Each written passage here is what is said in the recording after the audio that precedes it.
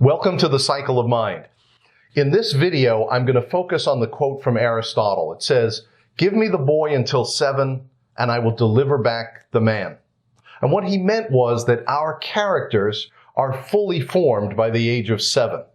Okay, so before you get to age 7, there's a very important cutoff point in your life. Okay, this is the point at which you can verbally communicate. Now before this is about 3 years old. So it's somewhere in between 2.5 and 3.5 years old. But right around 3 years old, we start to become skilled, or at least have the ability to put sentences together, make ourselves understood to the adults, and all that good stuff. So that happens at about 3. But there's another period of time in character formation that goes until a child is 7 years old, according to Aristotle. So here's the deal. Before you're 3 years old, I'm going to repeat that. Before you are 3 years old, 95% of your subconscious self-beliefs, your self-image, is fully formed. So if this is your subconscious, these are your subconscious self-beliefs. They're fully formed by the time you're 3 years old. So what that means is you've already decided, or at least subconsciously decided before you're 3, millions and millions of things about yourself, whether you like animals or whether you're afraid of animals, whether when you walk into a room, people like you and want to talk to you, or whether you feel like when you walk into a room, people try to avoid you and they don't like you. Whether you're successful or unsuccessful, whether you're generally optimistic or pessimistic, all of these self-beliefs are in your subconscious mind. And they got there in your infancy, okay? Let me give you an example. A little 2-year-old girl, call her Mary. She's playing, they have a family dog, she's playing with the toys, and the dog, her brother's running the dog around the house. The dog is a little excited, and the dog kind of, nudges Mary with his nose. Well, Mary's used to the dog, but for whatever reason, when the dog pushed her cheek, she felt like something went wrong. And so she kept rubbing. She started to cry and she was rubbing her face. Well, she couldn't communicate to her mother. So her mother said, "Sweetie, what happened?" Blah, blah, blah, blah, blah, doggy, blah, blah, blah, blah, blah. Well, she has no idea what happened, but she looks, her face is fine. She washes her face and says, "Go play. You're a beautiful little girl." Well, Mary believes, a couple hours later, she's still rubbing that side of her face, at 2 years old, mind you. Fast forward to the age of 32, okay? Now, when Mary takes a photograph, she always aligns herself like this to hide her left cheek. Do you think she knows why she does that? No.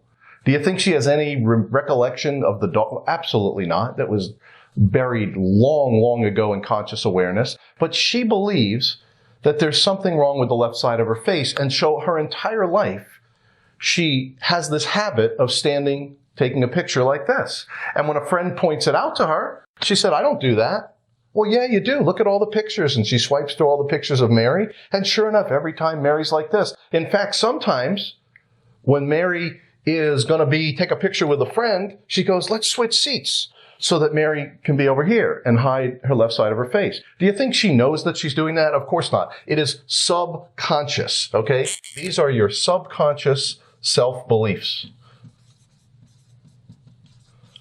And they are fully formed before you can verbally communicate. They're fully formed when you were an infant, okay? A baby. And now you have these subconscious self-beliefs. These subconscious self-beliefs have absolute control over every aspect of your life. Millions and millions and millions of subconscious self-beliefs that you're completely unaware of. They are subconscious. That means underneath your conscious awareness. So what happens between age 3 and age 7? Well, throughout your life, you're developing a personality. You're developing social skills. And you're developing behaviors.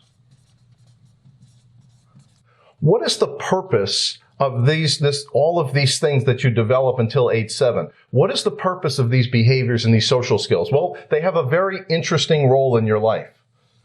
These behaviors are developed to protect and defend your subconscious self-beliefs. So, for example, if you get the belief when you're a 2-year-old that you're a very successful person, you are going to develop behaviors and social skills and personality that will ensure your success, right? Your behaviors ensure that your self-beliefs are fulfilled.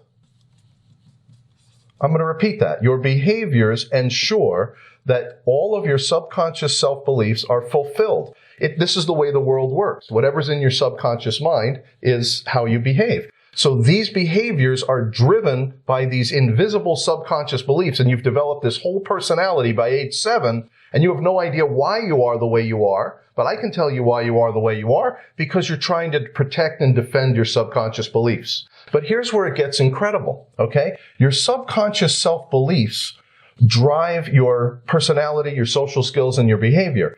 These behaviors drive your results,